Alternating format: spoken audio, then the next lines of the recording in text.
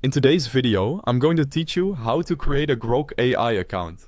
To get started, open your web browser and go to Google. In the search bar, type Grok AI and run the search. This is the fastest way to find the official website, especially if you're setting this up for the first time and don't already have the page bookmarked. When the search results appear, look for the official Grok AI result and click it to open the site. Once the Grok website loads, find the sign up button and select it. This will take you to the account creation page, where you'll be asked to choose a sign-up method.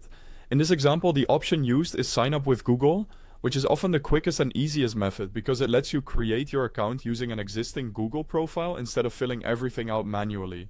After clicking sign up with Google, a Google account selection window will appear. At this point, choose the Google account you want to use for Grok. Make sure you select the correct account, especially if you have more than one signed in on the same device.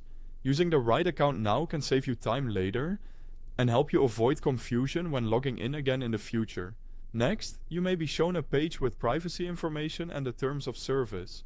Take a moment to review that screen, then click Continue to move forward. This step confirms that you want to proceed and allows the sign-up process to connect your Google account with your new Grok account. After that, the sign-in process will begin completing automatically. You may see a loading message while the site finishes setting everything up. At this stage, the main thing to do is simply wait for the process to complete. Usually it only takes a few moments, so don't close the tab or refresh the page unless it seems stuck for an unusually long time. Once the process finishes, you'll be taken back to Grok, and your account will be ready to use. That means you've successfully created your Grok AI account and can start exploring the platform right away.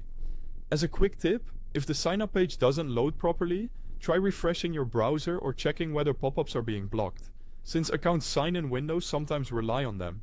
Also, if you accidentally choose the wrong Google account, you can simply go back and repeat the sign-up flow with the one you prefer. And that's it. Your Grok AI account is now set up and ready to go.